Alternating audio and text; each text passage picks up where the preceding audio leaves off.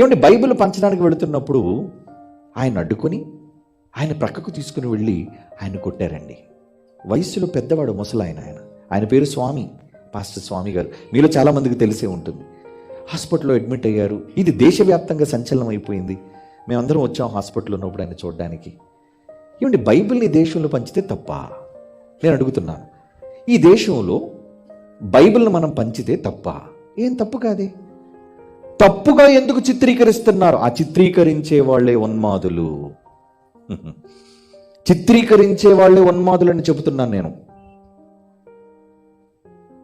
నీకు తెలిసిన మంచి నువ్వు పుస్తకం రూపంలో పంచుతావు, కరపత్రాలు వేసి పంచుతావు. మంచిని చెప్పు. మంచిని చెప్పడానికి దేశంలో ఎటువంటి నియమ నిబంధనలు లేవు.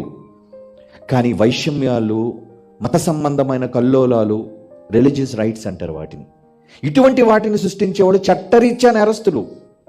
ఏమండి? చట్టరీత్యా నేరస్తులు.